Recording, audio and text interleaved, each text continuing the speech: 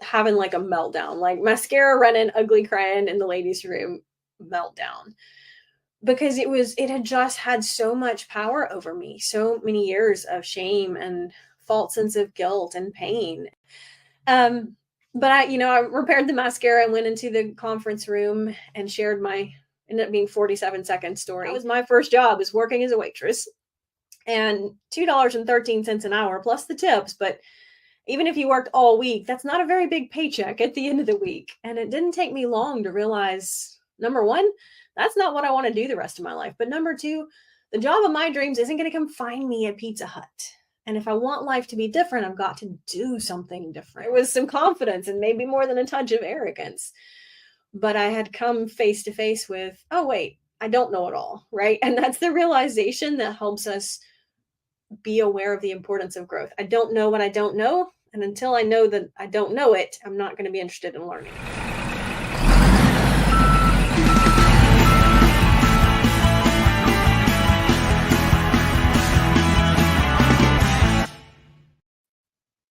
Hello, and thanks to another episode of Real People Getting Real Results. And just a reminder, the audio version uploads to my Blue Collar Leadership podcast, which you can find on Spotify and a lot of other apps.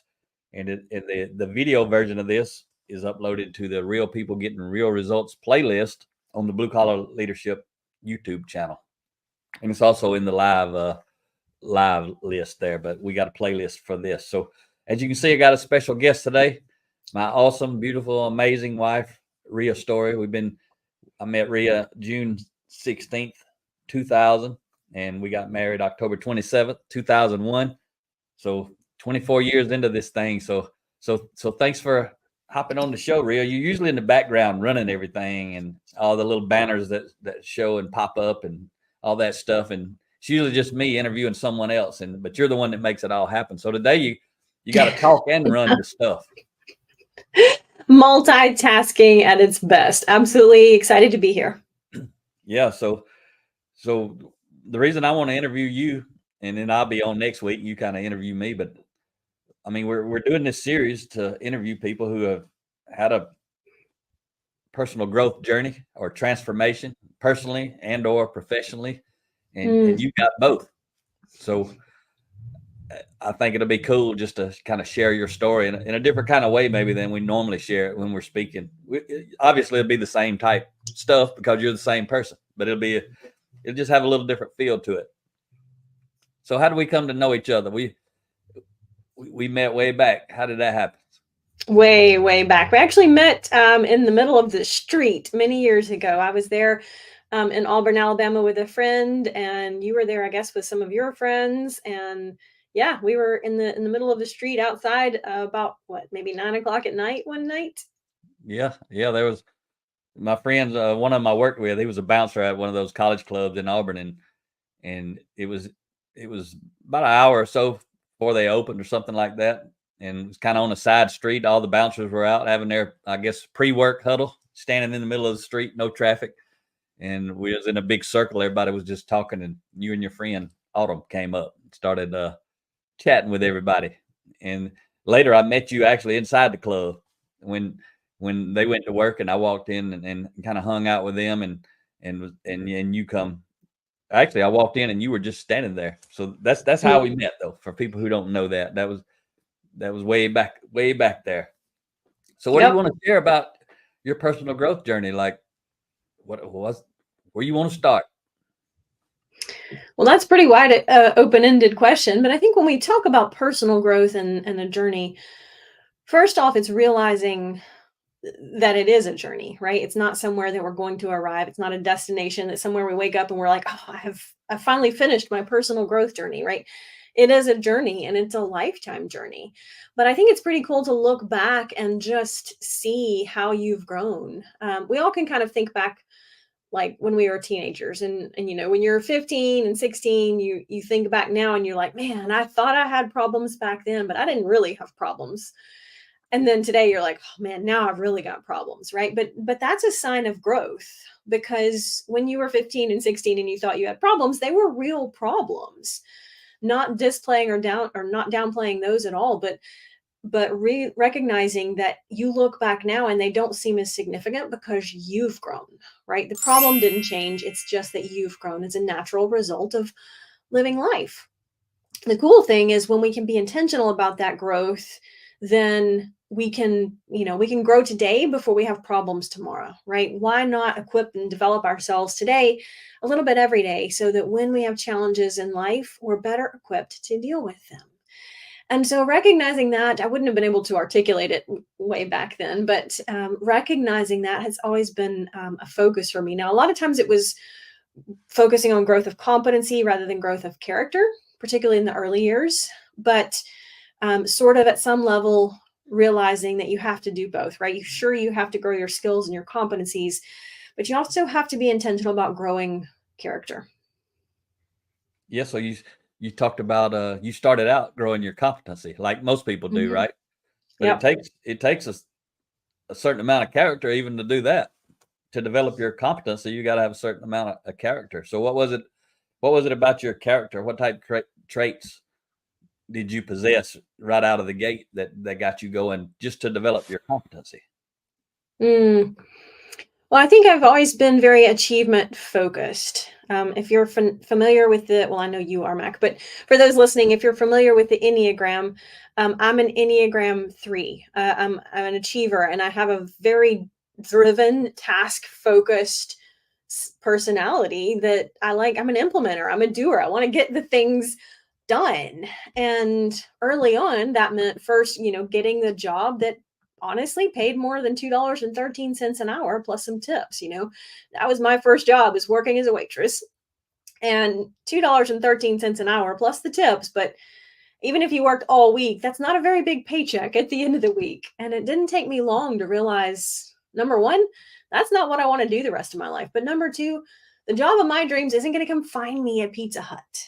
And if I want life to be different, I've got to do something different. So I started out, as you know, had to go get my GED, barely passed the math. Wait a minute though. You started out at Pizza Hut as a waitress.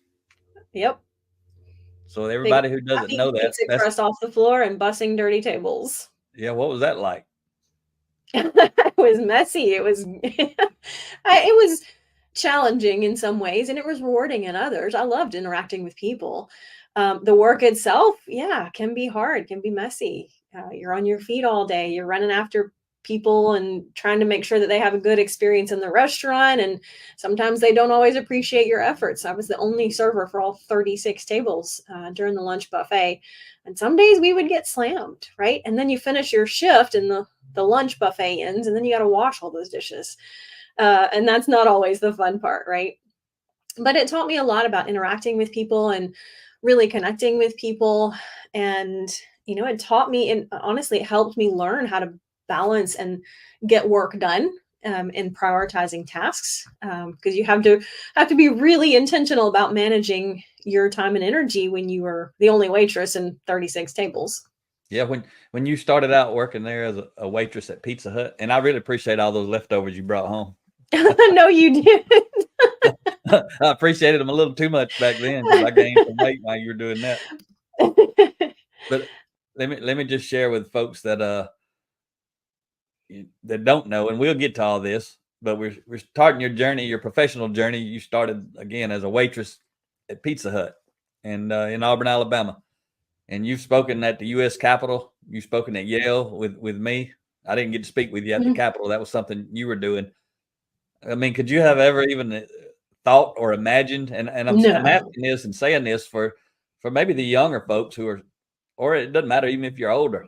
If you're in an entry level position, I mean, younger folks usually starting out in that entry level position, but you had Hmm. no idea one day you'd be speaking at Yale. You'd have 15, 16. How many books you have? I can't keep up. I know we've got 34 books, but I have one of 20 them, books and journals. So how many? 20 books and journals. 20 books and journals. And I got 15 is what I say, because I can't ever keep up with, I just keep up with that one number. 34 together is what we got. The reason it's 34 not 35 because one of them we actually authored together, which again makes it a little more tricky. So talk about that journey from working at Pizza Hut to speaking at the Capitol and speaking at Yale And you had started, and I interrupted you because I wanted you to talk a little more about Pizza Hut. But I mean, you were homeschooled. I mean, I Mhm. know some of the stuff. It's hard to interview you when I know your story, right? So I know some of those pieces, but you were homeschooled, so you had never even been to a real school. And do Mm-mm. you want to share any of your story, your personal story of the platform? I mean, where you know how you had to get started, your personal story though before I met you. You know what was happening. You want to share any of that so people understand where you're coming from? Well, I think a lot of people who are following us know our story collectively and individually. But I was a sexual abuse victim, and my father started abusing me when I was 12 years old, and it progressed over the years. To the point where he had given me a fake wedding ring and was trafficking me to men he would meet off of the internet, and really forcing me to play the role of his wife. And I was desperate to escape, which is why I left home at 19. Duffel bag and a pillowcase stuffed with clothes and not much else. But we can take what life gives us and be bitter about it, or better because of it. And growing up and being homeschooled, uh, what I learned was how to be a self motivated learner, right? It's not that I necessarily had a phenomenal education or even a substandard education, but what I had learned was how to go learn, right? How to go get knowledge when I needed it.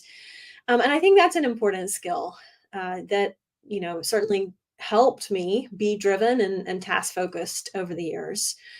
But yeah, when I looked around and when you and I met, and then I decided I wanted to go get a job and start making some money, I didn't have any experience. I didn't have a high school diploma because I didn't go to a regular school. And of course, when you don't have any experience and you don't have any education, it's really hard to get a job doing much of anything other than waiting tables or something entry level.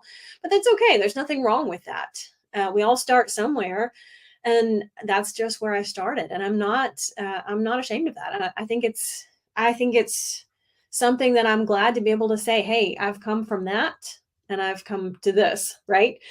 So I think you asked me to share the story, but we could talk all day on the Well, 24 years. But go ahead. well, let me just ask, since you talked about and shared a little of your personal story. I mean, there's a lot of people who, I mean, you went through what I call extreme horrific abuse as a teenager, and that's your story there. You're sharing that. Anybody wants to hear about like a 7 minute? Tell them about that TEDx talk real quick. What would they see and hear? Because there's a lot of people out there who've suffered some trauma, some different types of abuse, or life's hard in general. So you've written 3 books. For those that don't know, you've written 3 books on your story. If they go to that Mhm. link that you just had up, they can actually see your TEDx talk and also 3 of your books that relate to that. And so just talk to that a little bit about what you talked about in that TEDx talk, what they would see and why you picked that topic. Because there's people out there who are going through some stuff or have been through some stuff, and you wrote those 3 books to help them. Well, why I picked the topic for my TEDx talk was the theme of resilience. Why I specifically chose the title "Bridges Out of the Past" is I think so often that when we go through adversity or trauma, or we go through something in our history, a chapter maybe we're not proud of, so much of the time we build a wall around it, right? We shut it up and say, I don't want to go there. I don't want to look back. I don't want to own that piece of my story, or that chapter of my story, if you will. But instead of building a wall around the past, I think we have to build a bridge out of the past and into the future. And that's just a way of saying, until I'm really ready to own all of the chapters of my story, it's going to own me, right? And so I think there again, what happens to us is not as important as who we become because of it. And that's always been my theme, right? My one foundational message is we don't get to choose often what happens in life, but we choose how we respond to it. And how we respond to it determines if we are going to be bitter about something or better because of it. Not an easy choice, but it's absolutely the greatest freedom that we have.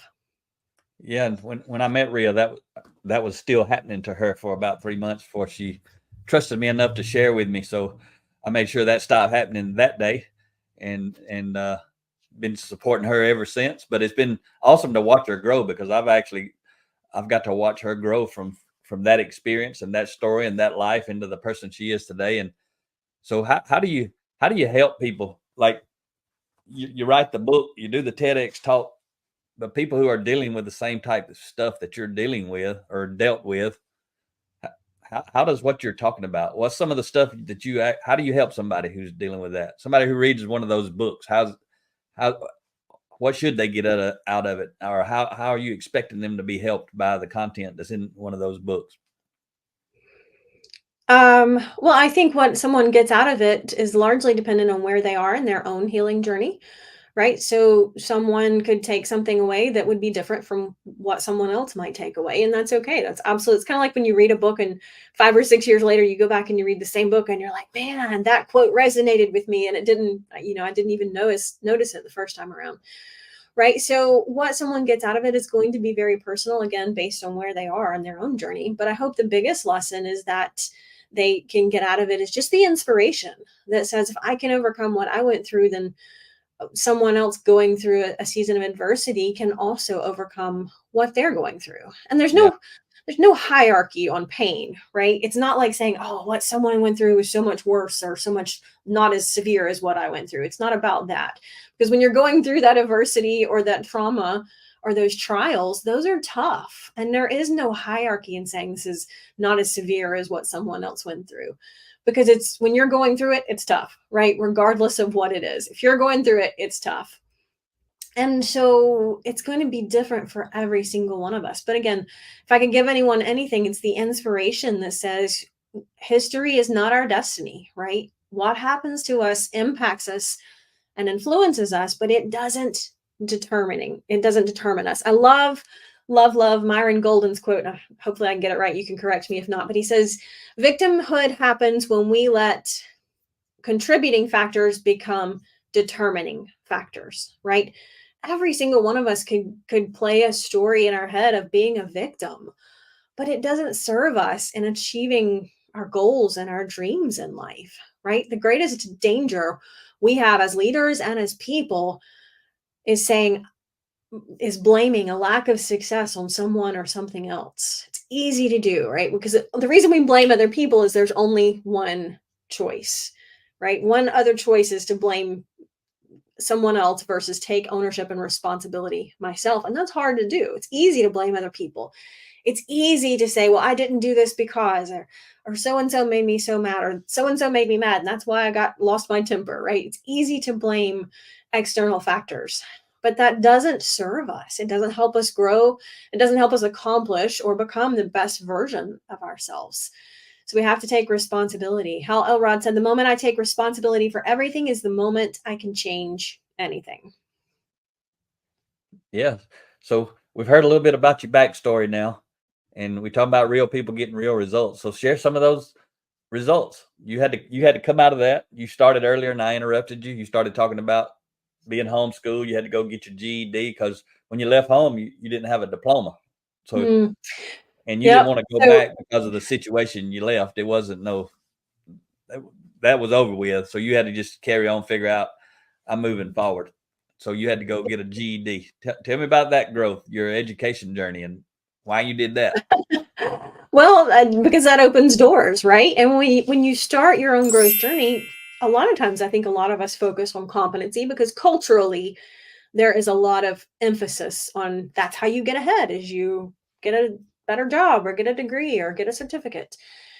So that was the only step I knew to do, right? Is that's what I knew to do because that's what I had heard other people say. And so yeah, I had to go get my GED. I started community college, taking classes nights and weekends, and I did eventually leave Pizza Hut and go on to some other jobs, but a long time it was working at least one job and sometimes two, and going to school at night and weekends, and there were a lot of sacrifices during those years, right? A lot of sacrifices of doing the fun stuff or the easy stuff on the weekends because you're studying and trying to work full time or two jobs on top of that. You give up, right? But that's life. You give up to go up, and you got to give up more to keep staying up and to keep going and continuing to climb. And that's okay. It's just recognizing that when it comes to sacrifice, we feel the loss first before we get the benefits. And so we have to keep that goal in mind and say, I got to give up now. in order to gain in the future. Yeah. So tell me what all degrees or whatever did you actually get as you went through? Because I know you share when we speak all the time. It took you 10 years to get that degree you needed to Yeah. have to really get that career and that job that you wanted, that you later gave up, Mm. which we'll get to in a minute. But what actual degrees did you get during those 10 years? Just Well, rattle them off. I got an associate's in applied science and office management with an emphasis on medical coding. And then I went back to school and got um, a bachelor of science in human resource management. And then I went back and got a MBA. And at some point I settled on just looking at what I wanted to do, and I really appreciated the healthcare industry, but on the administrative side, right? Not Yeah. I've done plenty of direct patient care and working in a couple of doctor's offices, but I've always found my strength again was in the details and the administrative side of things. So yeah, it took a lot of time. I think it took me like 5 or 6 years to get that first associate's degree. And then I did an accelerated program for the next two. So those came a little bit quicker. But yeah, a lot of time spent studying. But I looked around and I thought, I needed that degree again to open some doors in the career. And I was working in a hospital at the time when we still lived in Auburn, and I had a great job, a great organization. I had a great boss. I had great leadership.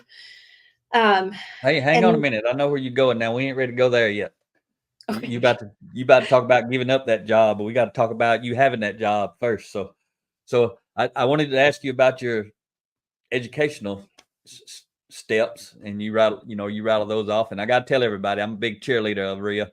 She ain't gonna tell you, but she made a 4.0 all the way through. She was working full time somewhere doing something. She was going to the gym. She kept our house flawless, spotless. She was always there for anybody that needed her, and she still made a 4.0 somehow. And that's because she don't play around. She's serious business. So when she decides to apply herself, she does it in a big way. So we talked about that journey of 10 years of going to school, and then take me through like your progression from a waitress at Pizza Hut. Tell me those jobs you had for the folks who don't oh know. How wow. did you step up? What were the jobs you had that got you to the part where you gave it up? Take me all the way through your like professional career before you gave up your job to do this, and then we'll jump back into where you were giving up that job that you worked so hard to get. All of this progression. So step me through those positions. Well, I started off as a waitress at Pizza Hut, and then I made shift manager there, and then um, knowing, I mean, the thing is that I made pretty good money waiting tables, right? I mean, that's a good thing. You can make money when you're willing to work hard, but I knew Also, that wasn't Ria, also as you tell this journey of your professional growth, your job growth, whenever you get to the one you were in when you actually went to school, make sure you say, okay, this when I started school, college, because I don't oh, remember when you started. You well, probably maybe do. yeah, I started college in May of 2002, so I was still working at Pizza Hut. Oh, were you? Okay, you started. You got hungry quick to go start climbing. Okay, go ahead. Yep. And then I took I thought would be more of an office type job, right? And so I knew that would help. I needed some better experience than just waiting tables. So I took a sort of an office type administrative secretary type job. That wasn't a great situation. And so I didn't stay there very long. And then I went with just attempt to hire agency, and they placed me in a doctor's office. And that ended up being, they offered me a full-time position there. So I started as a receptionist and then moved on to an optometric tech. I think I got 2 certifications as a para-optometric tech, level 1 and level 2. I had a lot of flexibility in my role there. So that was kind of cool because I got to just do some different things and, learning an incredible amount. And let me think. Then I moved on to an orthopedic office. And again, I had to take a step back because I'd worked a little bit way up in the optometric tech position. Took a step back to go back to a receptionist role, but in a much bigger orthopedic clinic. Yeah. And, a little bit of a sacrifice, a little bit of a step back. And at that point, I was still working on that associate's degree. This probably was about Pecking away. 2006. Yep, pecking away one class at a time, working. I kept on waiting tables even after I started working in an office because, frankly, I enjoyed the extra money, and we certainly could have used it at the time. So, Yeah. Is that when you were at Outback? nope, hadn't gotten to the Outback yet. And Okay. then, You're still waiting tables at Pizza Hut, you mean? yeah, While even you're as doing late that? as I can't even remember all that stuff. 2003, I think. Okay. So, Also, Ria, but when you get to the 2008 year when you started working on character development, make sure you point that out, because everyone who's listening knows during all this time you're sharing, you were working on your competency, your college stuff. So make sure you share when you get to that point where the character growth started blending in as well as you shared this. So I got done with my associate's degree in 2007, and had been promoted from the receptionist at the orthopedic clinic to a medical assistant, and went back to school again, starting to earn those credits I needed to go get my bachelor's degree. And this was about 2007, and we read, as an office in the organization, we read a book called the fish philosophy, the one about that talks about the flying fish in Oh yeah. Seattle. And And were you office manager there or not? You haven't said that. You hadn't got to I that wasn't part yet? I wasn't quite there yet. Yeah, Okay. that happened a few months later. So that was kind of the first real introduction towards kind of some character growth, Okay. leadership type books. Got promoted there to the office manager at that organization, and sort of hit a kind of a plateau where I realized I was working and still working as a full-time medical assistant, and had taken on the office manager responsibilities. And, I was working 60 plus hours a week and trying to do both jobs, and recognizing I couldn't do that and go back to school. And that was important to me. I knew I wasn't done. So I found an opportunity to work with a hospital there where we lived. And that started there in January of 2008. Um, and that was probably when really the biggest character growth opportunities started to happen. Number one, the organization where I was at, the hospital where I was at, they offered leadership development. They offered different classes and growth opportunities. They offered to send me to a leader cast event where I got to see John Maxwell speak, and some other speakers. And that was in May of 2008. I bought my first real leadership book. Yep. And And I you're not in remember college at this time? You were through with your associates, but not in I college? was done with my associates, and I had not yet started back Okay. for my bachelor's degree. Okay. And I remember bringing that book home, and I think I paid like $30 for books. And for you and I both at the time, that was a good chunk of money, but it was a really big chunk of money to have spent on just books. And I remember you were kind of, I mean, you were supportive, but you were like, what are you going to get out of those books? And I'm like, well, I don't know. I'm going to read them, and then I'm going to figure it out. And Um, look behind both of us. I We know, kept look at that all habit of up. those You books. you started all that, Ria. Look at that, what you caused. That very first John Maxwell book that I bought. So, that was 2008. I started really growing in opportunities at the hospital, and What was the name of that book, real quick? You remember? the Leadership Gold. Is that what it was? Gold. Yep, Leadership Gold. Okay. Um, and just continued to be blessed by opportunities and leaders who poured into me, offering opportunities. I went back to school to get my bachelor's degree in human resource management. And, again, that was kind of 2008 was a big year in so many ways because I started reading character growth books, but that's also when I became inspired to start teaching group fitness. Okay. And that's, I would have told you at the time that was really a calling because I was so passionate about it. I would go teach before work, and then I'd go back to teach after work. And, What's I group would teach fitness? if I was sick. What's And that mean? Group fitness. You teach group Well, fitness. What's that mean? group fitness is where a bunch of people get together in the gym and do an exercise class together. So it could be a spin class, it could be aerobics class, Spin. What's spin? like a spin bike, like a stationary bike. Okay. It could be mixed martial arts. It could be weights. I did a lot. I did almost everything teaching You in the taught all those gym. classes. I taught all of them. And it's not really much different than what we do today, right? I was inspiring people in the physical dimension of health, and today it's more we're inspiring people in the emotional and mental dimension. But I knew that I had a little bit of a calling toward inspiring people at that point. So that was a Again, part-time job, that was a part-time job on top of working full-time at the hospital, but you love and that part-time job. I know you love that stuff. I did. For a lot of I years, you did. love that. Still do. I still would. And then on top of that, I went back to school as well. So I was working a part-time job, a full-time job, and going to school full-time. And that was 2010 when I started going back to school. Took me And a we year to get done.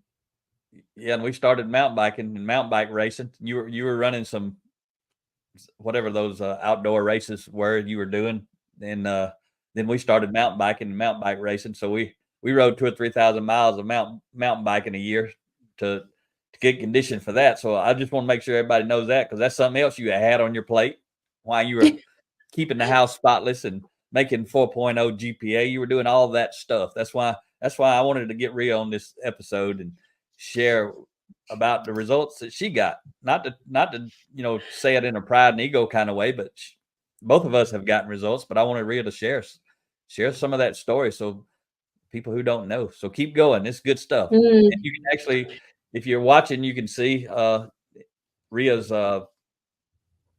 link to get her preview her books, riastory.com/download, in case you're listening on the podcast, can't see that. And you can go to riastory.com/TEDx, if you want to watch the video. I forgot to mention that earlier. If you're listening on audio, you're not seeing this stuff. But if you go check it out on the YouTube channel, you'll see this stuff. All right, Ria, catch back up. I had to interrupt you. I had to throw in that we started mountain bike riding and racing. And actually, she was the um, 2011 and 2012 state champion in Alabama and Georgia both years. So she had four state championships in her division. So she was excelling at everything. Keep going, Ria. well, like I mentioned, I'm an Enneagram achiever, and at some point I thought that's what success is accomplishment. Um, Once I got done with my bachelor's degree, I was really fortunate to be given an opportunity there in the hospital. They did a special kind of a hybrid opportunity where 20 of us from the organization were offered the chance to go get an MBA, and we were able to do that on campus. So they brought the faculty from Auburn and Auburn University Montgomery to us. So we didn't have to travel, we didn't have to drive. We were able to go to school during work hours. What's that Phenomenal. mean when you say on campus? Well, they brought the teachers to us there at work. So Okay, so you're I calling didn't have to. you're calling the hospital the campus, because most people who go to college call the college the campus. Yep. Okay, Yep. so So I they didn't have brought to the drive. teachers. Yep, they brought the teachers to us. And we Okay, got to well go that through as a group, right? All 20 of us there worked there. We knew each other. We were all going through the same classes, the same material. So it was just an incredible opportunity to be able to have that. And that might be the only reason that I was able to go get that MBA, because at that point I was almost just tired of going to school, but it was just such an incredible opportunity. yeah, they brought the school to you. Instead of you They going brought to school to school, they brought us. the school to you. Yep.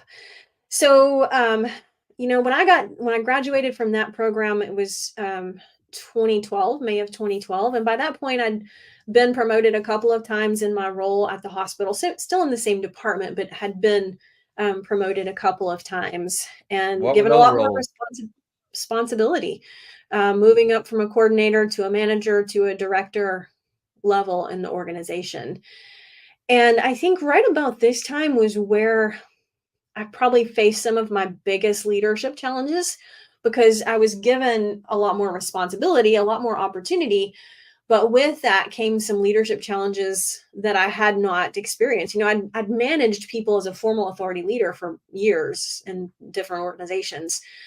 But I learned a lot more about leadership in that role when the challenges were much bigger, honestly. And so there was a lot more growth. There was a lot more frustration until I learned to navigate some of those challenges.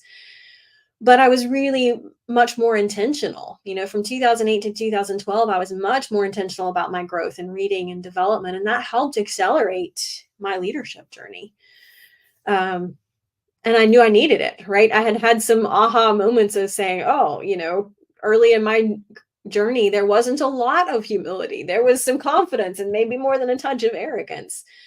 But I had come face to face with, oh, wait, I don't know it all, right? And that's the realization that helps us be aware of the importance of growth. I don't know what I don't know. And until I know that I don't know it, I'm not going to be interested in learning it. So you talked about, before we go on to what happened after that, when you got fired up, I know what's coming. It's what you started telling earlier, but you talked about you started 2007 or 8 when you kind of got introduced to the leadership, personal growth kind of development. And anybody who knows us knows I always say personal development is a foundation for leadership development, and character development equals leadership development. But for anybody listening, check out bluecollarleadership.com/book study training. That's a link on how to use our books to facilitate workforce development and leadership development right where you are, in a simple way, a very cost-effective way. All you got to do is purchase a few books for your team members. But Ria and I have the video, and there's some testimonials there, but there's a 45-minute video on how to actually facilitate a high-impact book study. So anyway, saw Ria pop that up, and it kind of distracted me, my ADD type stuff I got. I ain't ever been diagnosed with ADD, but I'm sure I would have it if I went and got checked out. But anyway, so Ria, you talk about some of the struggles you had in your leadership roles a little bit. So, and I know, as we've kept growing, we've been both reading constantly since 2008, and you started for you in 2007 with that fish book, I guess. And what books have you written, and why are they important for those leaders who might be struggling? And what's some of the things leaders struggle with that you address in your books that could actually help them? I mean, if people didn't want to get us to come speak to their team and that sort of stuff, that costs a little bit more, obviously, and people have to get folks assembled in a room, and we do all that kind of stuff. But individual leaders, what kind of stuff do you help them with, and which books did you write that you'd like to recommend to them to help people get through what you went through? Well, I think one of the greatest frustrations that we face as leaders is just lack of influence, right? And not understanding why we don't have influence. Because as leaders, a lot of times there are people on our team who are capable of more and know more is expected. And we know they can do more, but they don't do more, right? And so the research shows us that the difference between productivity between a leader, or between someone who follows a leader because they want to and someone who follows a leader because they have to, is as much as 40%. But I think the leadership frustration is just not understanding, I, as the leader, need to do something different if I'm not able to influence this person. And so, but that's a little bit of a humble moment as a leader, right? Now, there are going to be a few people that for whatever reason, they don't value it. Maybe they don't have the value of a great work ethic, right? Maybe you just don't share values with them, and maybe they're just not a great fit for your team or for the organization, right? If that's the case. But most of the time, if we as the leader take responsibility for increasing our influence, we will find that we can do it. So the first book I would recommend is The Ladder of Influence, 5 Steps for Climbing to the Next Level and Beyond. That's really going to help on both a personal level and a professional level, getting influence at home, getting influence at work. I talk about the different steps on the ladder of influence, and there are 5 of them. And then I talk about very specific checklists for you to do some self-reflection. How am I applying this at work? How am I applying this at home? How am I doing with my kids or my spouse? right? Because the same influence that helps us at work is going to help us influence at home in those personal relationships if we will learn the principles and be intentional about applying them. And then I've got leadership gems. Hang on before you go to the next book. So that book, The Ladder of Influence, that's a phenomenal book. I loved reading that one myself when you wrote it. I still do. I like that book. That's really, really good book. And your books are on paper. They're a paperback, ebook, and audio books. These books we're Yep. talking about. So you got all kind of ways to access it. But just this morning, we're recording this on August 3rd, 2024, and just this morning, Jason Denham, Kilgore Industries, a construction company, a big MEP construction company out in Texas.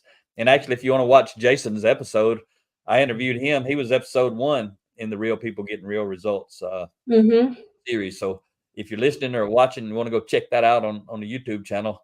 He's episode 1, the guy we're talking about now. But we get on there, Ria, and tell everybody what he does, and because right now he's taking his team through that book, but he uses that book 2 different ways. And I know he's talked to you about it. He sends me messages about how much he loves The Ladder of Influence. But talk about what, as you've been getting on that call, how he uses that book on his Saturday call, and then how he uses it during his weekly, then those 4 events. So talk about those 2 different things and what you've seen happen as he's leading his team, and just talk about that, because that's pretty neat. Yeah, so Jason leads his team, and he has 4 different sessions throughout the week with different members of his staff and his team. So they, 4 different opportunities where they meet together, a group of 4 to 10 people. They read a chapter a week, and then, just as we talk about in the book study training video, they go through it, and then everyone has an opportunity to share. And it's interesting because Jason says, I think that is the most effective 2 hours, right? 4 30-minute sessions.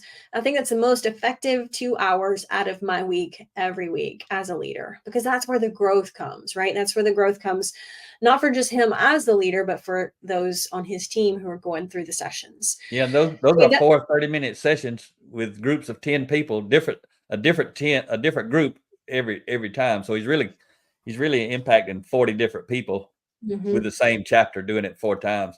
Yeah, and I hear him say what you said all the time. He said it today all the time, that's the most important couple of hours of his week.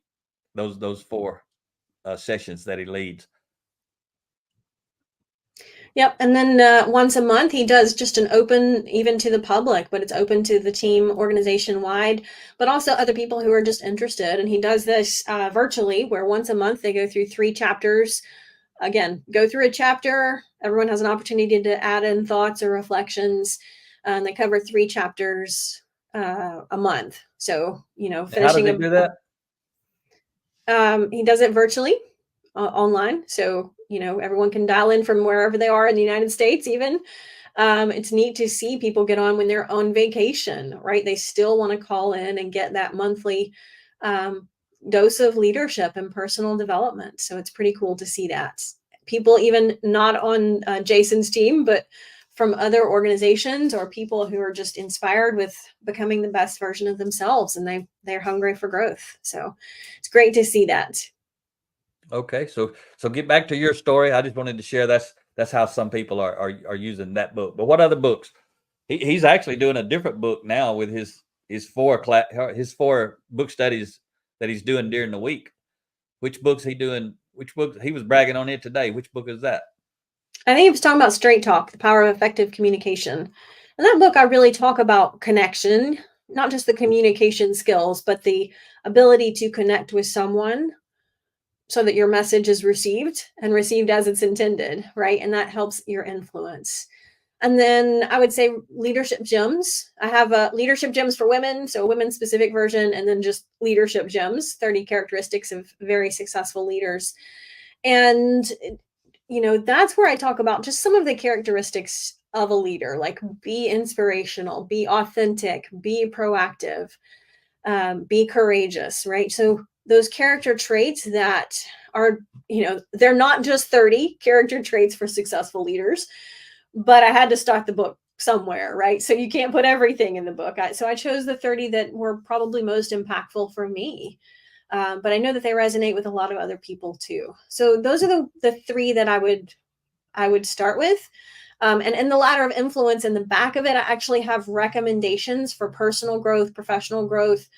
Um, and so kind of what I would recommend at each level on the ladder of influence, each step. Okay. So straight talk for me, one reason that's powerful a book for you is because how you grew up. You didn't grow up being hanging out with people. You wasn't socializing with people. You were kind of kept away from people.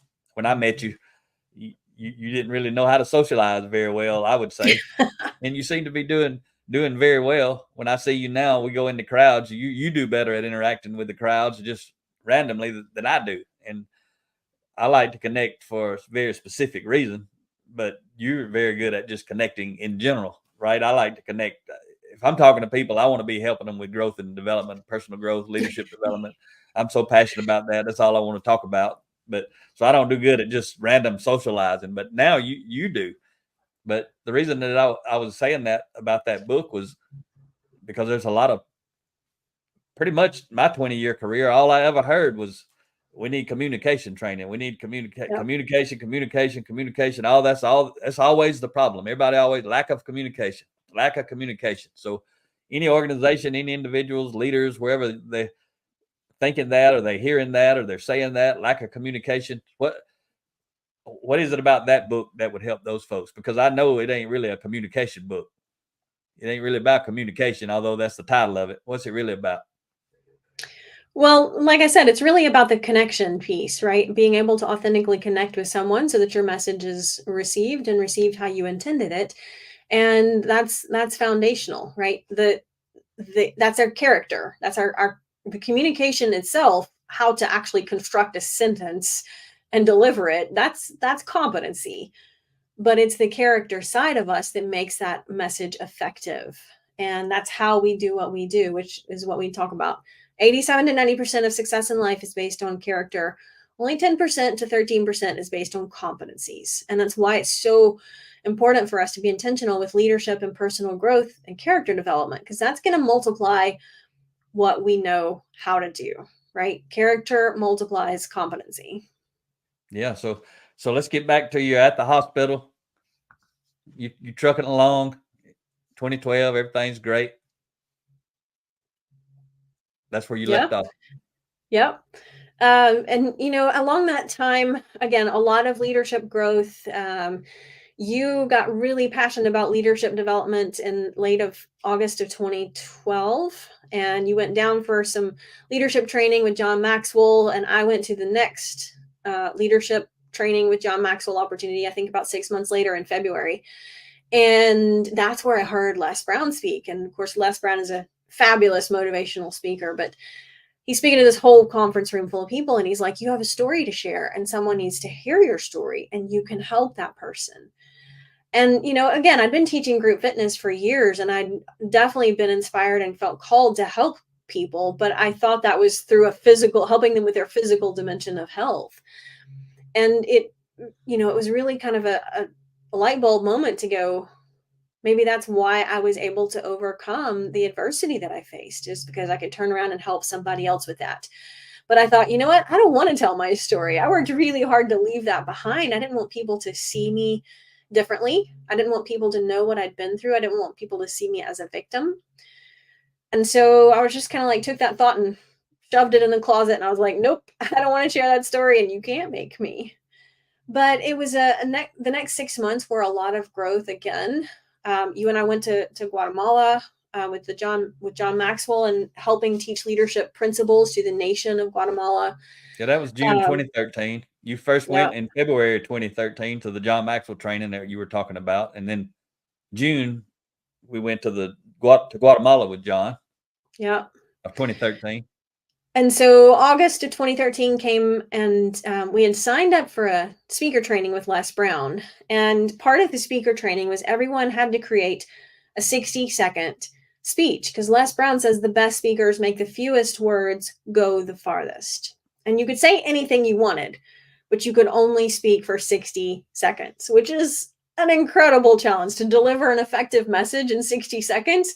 I would challenge anyone to be able to do that. It takes a lot of It was like tough because I it did was it too tough. with you. I was at a different table, but it was tough for all of us that was doing it. Everyone in there. It was a hard thing to do. Yeah. And I didn't even share with anyone, even you, that I was thinking about sharing my story publicly because I didn't know if I could. It had um, so much control over me. And so the day of the conference and the speaker training came, and I remember just having like a meltdown, like mascara running, ugly crying in the ladies' room meltdown.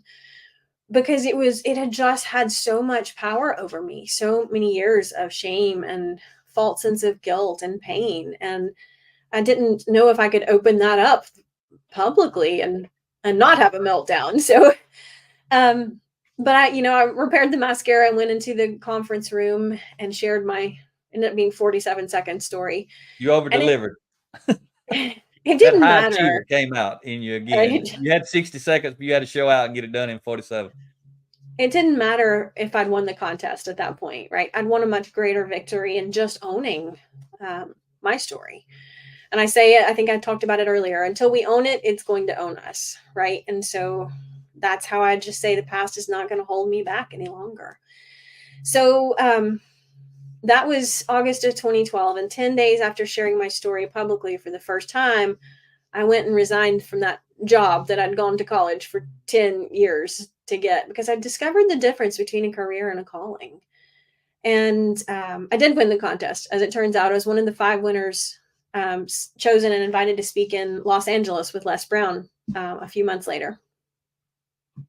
Yeah, that was awesome. And you come back and resigned after that session. Yep. And I think at the time that you put on your LinkedIn profile speaker or trainer and people hire you to speak, and it let's just be honest, it doesn't work like that. There were some ramen noodle months or years. There were some ramen noodle years because you were on the same passion or the same path relative to switching from being a consultant to being a leadership trainer. And I wanted to get into the leadership speaking. And, we gave up everything to do what we do. We sold our house, we sold our cars, and you had a Corvette, and I used to call it the other woman. And, there were a lot of sacrifices. You don't go from 2 very successful careers to being hard broke for a long time without making some lifestyle changes. And you used to say, I remember you would say, I'm so passionate about this, I would go live under a bridge. And I'm like, I'm not living under the bridge. We have got to figure it out We got close. before we get to the bridge. I'm not living under the bridge. We got close to the bridge. And we did figure it out, as it turns out, but we did have to give up everything, cash in our retirement, move to a small apartment, just a lot of sacrifices, but neither one of us have regretted it for a single second. When did you write your first book? During all that process. So where are we at now? You turned in your resignation in 2013 at the end of the year. Yep. You gave Yep. like a 4-month notice, I remember. You didn't give a Yep. 2-week notice. You gave a 4-month notice. Well, I felt I owed that as much to my leader as to my team, right? Most of them I had had the privilege of interviewing them and bringing them onto my team. And, there's certainly a sense of I'm leaving them, right? But I knew that we needed time for the transition and to make that as a smooth and effective for everybody concerned. So yeah, January of 2013 was the last real day on the job, real job, I guess, if you want to call it like that. And I was still teaching group fitness, and again continued that probably up until 2018 because I was just so passionate about that. And I wrote the first book in 2014, first 2 books in 2014.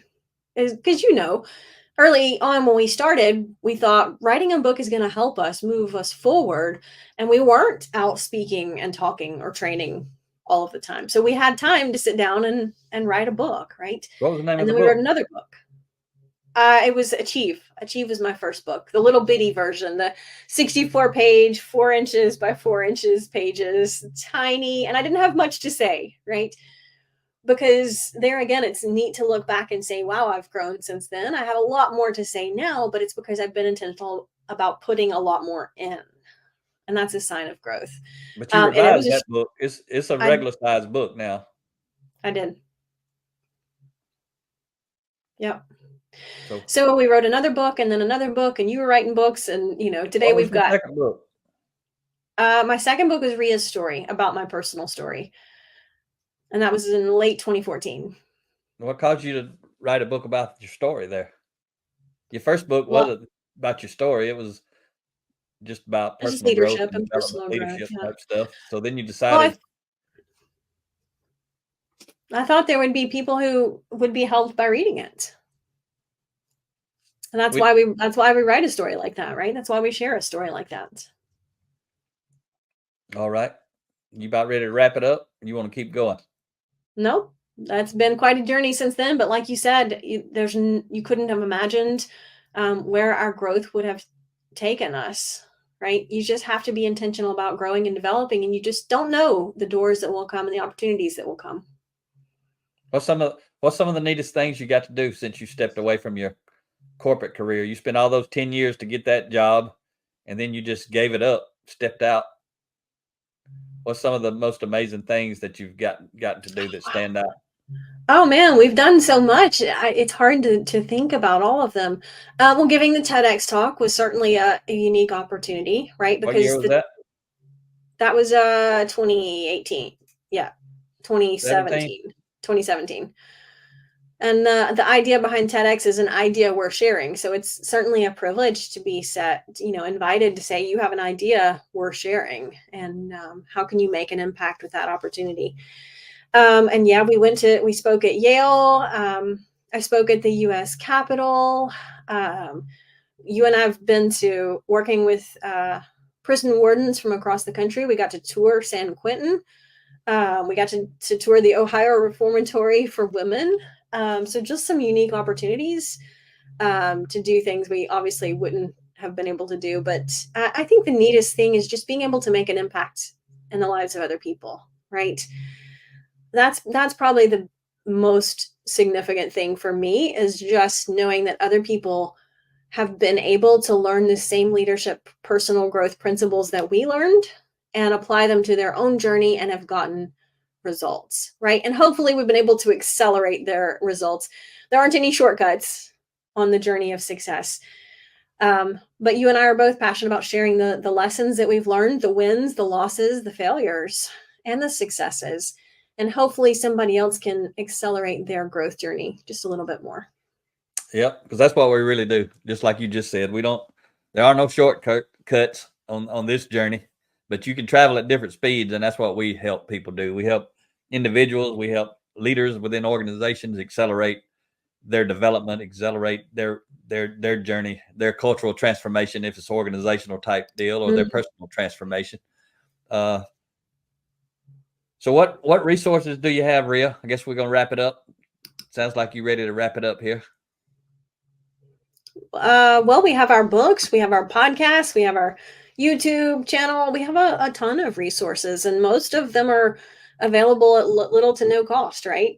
There's information out there. The greatest thing that holds us back in life is not the lack of knowledge, it's the application. So that's where I encourage people to just be intentional with their daily growth plan, whatever that looks like for them. If it's reading a paragraph a day or listening to a podcast a week or whatever it is. But yeah, you and I both have tons of resources. You can download sample chapters from many of our books, bluecallleadership.com/download. You can also find a link to my website and chapters from my books from that as well. So start there and just keep growing. That's what I like to say. Keep growing, keep going, and keep climbing. Yep, and we got the Blue Collar Leadership Academy. We've got 7 online courses out there now. One of them is your Ladder of Influence book. Yeah, and then also absolutely. we've got Change Happens, Leading Yourself and Others Through Change, that we wrote together. So we got tons of resources. Where can people get in touch with you, Ria? Yeah, you can find me, get in touch with me, riastory.com. So riastory.com. All right. And you're on LinkedIn? LinkedIn, Facebook, X, Instagram. We're pretty social, you and I. You got a podcast? Got a podcast? Yep. You can just search most podcast platforms, search for my name, Ria Story, or Fearfully and Wonderfully Me. All righty. And you got a newsletter on LinkedIn? Got a newsletter on LinkedIn. Yep. So connect with me on LinkedIn. All right. Well, anything I didn't ask you, or anything you want to share? I don't think so.